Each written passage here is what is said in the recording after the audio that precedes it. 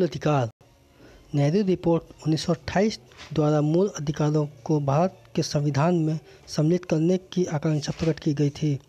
भारतीय संविधान में के भाग 3 के अंतर्गत अनुच्छेद 12 से 35 में मौलिक अधिकारों का वर्णन किया गया है, जो निम्नलिखित है: समानता का अधिकार, स्वतंत्रता का अधिकार, शोषण के विरुद्ध अधिकार, धर्म की स्वतंत्रता का अधिकार, संस्कृति और शिक्षा संबंधी अधिकार, संवैधानिक उपचारों का अधिकार।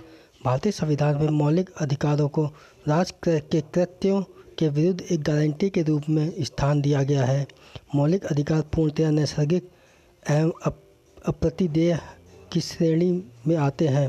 अनुच्छेद 352 के तहत आपात की उद्घोषणा के प्रवर्तन की स्थिति में अनुच्छेद 358 एवं 359 के प्रावधानों के अंतर्गत ही मूल अधिकारों का निलंबन किया जा सकता है। मौलिक अधिकारों को न्याय योग्य वाद योग्य रूप में संविधान में रखा गया है। वर्तमान में कुल 6 मौलिक अधिकार प्रदान किए गए हैं, जबकि मूल संविधान में 7 मौलिक अधिकार थे।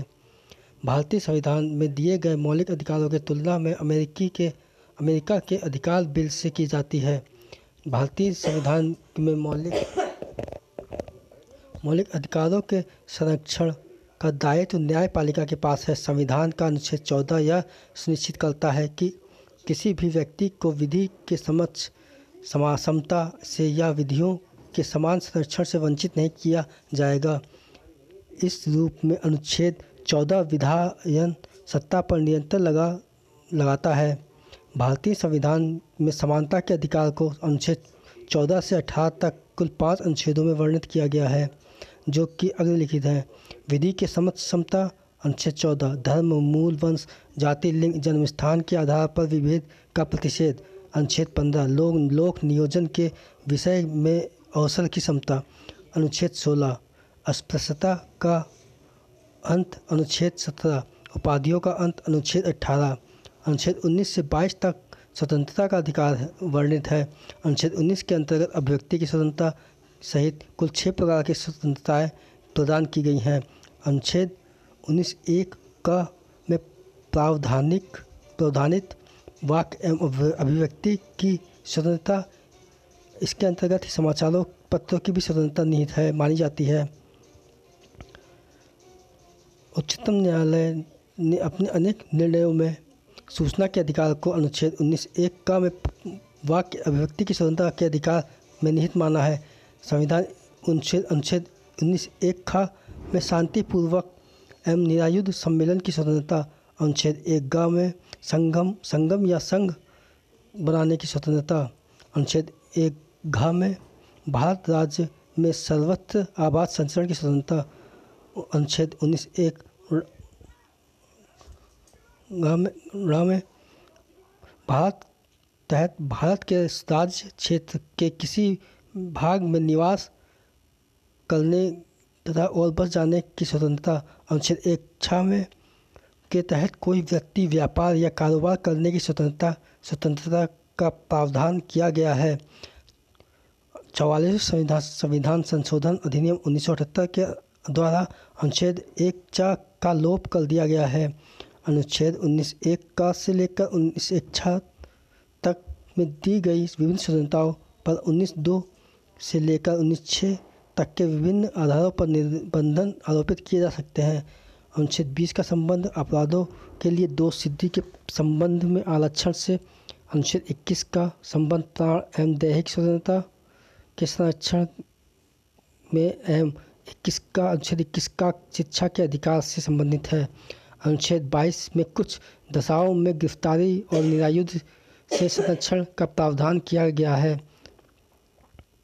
भारतीय संविधान का अनुच्छेद 24 में 14 वर्ष से कम आयु के बालकों को कारखाने, खनन इत्यादि परिसंकटमय क्षेत्रों में नियोजन को निषिद्ध करता है, जबकि अनुच्छेद 23 मानव के दुर्व्यापार और बलात् श्रम का प्रतिषेध करता है। भारतीय संसद द्वारा निर्मित सिविल अधिकार संरक्षण अधिनियम 1955 के अंतर्गत भारतीय समाज में अस्पृश्यता का दंडनीय अपराध घोषित किया गया है। भारतीय संविधान के अनुच्छेद 21 में प्रयुक्त दैहिक स्वतंत्रता शब्दावली के संचरण अर्थात कहीं भी आने जाने का अधिकार यानी विदेश भ्रमण निहित है। उच्चतम न्यायालय ने जीवन साथी चुनने का अधिकार को मूल अधिकार मानते हुए इस अनुच्छेद को अनुच्छेद 21 में निहित माना है। उच्चतम न्यायालय ने उन्नीन कृष्णन बनाम आंध्र प्रदेश मामले 1993 में संविधान के अनुच्छेद 21 के कार्य क्षेत्र का विस्तार कर शिक्षा के अधिकार को उसमें शामिल किया था। धार्मिक स्वतंत्रता के अधिकार अनुच्छेद 25 के अंतर्गत प्रत्येक व्यक्ति को अपने धर्म का प्रचार करने का अधिकार है, जिसमें सिक्कों का कृपाण धारण करने एवं रखने का अधिकार समाहित है। भारतीय संविधान का अनुच्छेद 26 धार्मिक कार्यों के प्रबंध की स्वतंत्रता से संबंधित है, जबकि अनुच्छेद 29 का संबंध अल्पसंख्यकों के वर्ग से हितों के संरक्षण से है।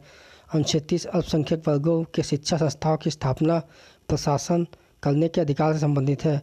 भारतीय संविधान के 44वें संशोधन अधिनियम 1978 द्वारा संपत्ति के मूल अधिकार की श्रेणी से हटाकर अनुच्छेद 300 के तहत विधिक अधिकार की श्रेणी में डाल दिया गया है। भारतीय संविधान के अनुच्छेद 32 के अंतर्गत संवैधानिक उपचारों का अधिकार लिखित है।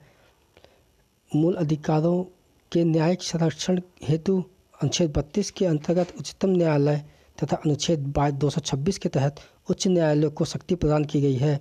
सर्वोच्च न्यायालय अथवा उच्च न्यायालय मूल अधिकारों के प्रवर्तन हेतु क्रमशः अनुच्छेद 32 एवं अनुच्छेद 226 के तहत कई प्रकार के विशेष आदेश जारी करते हैं, जिन्हें प्रादेश या रिट कहते हैं। इसमें निम्नलिखित है। बंदी प्रत्यक्षीकरण, इसके द्वारा न्यायालय किसी गिरफ्तार व्यक्ति को न्यायालय के सामने प्रस्तुत करने का आदेश देता है। यदि गिरफ्तार व्यक्ति का तरीका का या कारण गैरकानूनी या संतोषजनक हो तो न्यायालय बंदी को छोड़ने का आदेश दे सकता है। परमादेश, यह आदेश तब जारी किया जाता है जब न्यायालय को लगता है कि कोई सार्वजनिक पदाधिकारी या कानूनी और संवैधानिक दायित्वों का पालन नहीं कर रहा है और इससे किसी व्यक्ति का मौलिक अधिकार प्रभावित हो रहा है। प्रतिषेध, जब कोई निचली अदालत अपने अधिकार क्षेत्र का अतिक्रमण करके किसी मुकदमे की सुनवाई करती है तो ऊपर की अदालतें उच्च न्यायालय या सर्वोच्च न्यायालय उसे ऐसे करने से रोकने के लिए प्रतिषेध आदेश जारी करती है। अधिकार प्रत्याशा, न्यायालय को जब लगता है कि कोई व्यक्ति ऐसे पद पर नियुक्त हो गया है जिस पर उसका कोई कानूनी हक नहीं है, तब न्यायालय अधिकार प्रत्याशा आदेश के द्वारा उसे उस पद पर कार्य करने से रोक देता है। उत्प्रेषण, जब कोई निचली अदालत या सरकारी अधिकारी बिना अधिकार के कोई कार्य करता है तो न्यायालय उसके समक्ष विचाराधीन मामले को उससे लेकर उत्प्रेषण ऊंची अदालतों उससे ऊपर की अदालत या अधिकारी को हस्तांतरित कर देता है। संविधान के अनुच्छेद 352 के तहत युद्ध या बाह्य आक्रमण के कारण राष्ट्रपति द्वारा आपातकाल की घोषणा किए जाने पर अनुच्छेद 358 के तहत अनुच्छेद 19 में वर्णित मूल अधिकार स्वतः ही निलंबित हो जाते हैं। अनुच्छेद 20 एवं 21 को छोड़कर अन्य मूल अधिकारों को निलंबित करने की शक्ति राष्ट्रपति को अनुच्छेद 359 के तहत प्राप्त है। भारतीय संविधान के में 44वें संशोधन के पश्चात अनुच्छेद 20 एवं 21 के अंतर्गत प्राप्त मूल अधिकारों को निलंबित नहीं किया जा सकता। बच्चन सिंह बनाम पंजाब राज्य के मामले में उच्चतम न्यायालय के ने बहुमत के निर्णय से यह अभी निर्धारित किया है कि मृत्यु कारित करने के लिए मृत्युदंड का वैकल्पिक दंड अनुच्छेद 14, 19 और 21 का अतिक्रमण नहीं करता है और संवैधानिक है।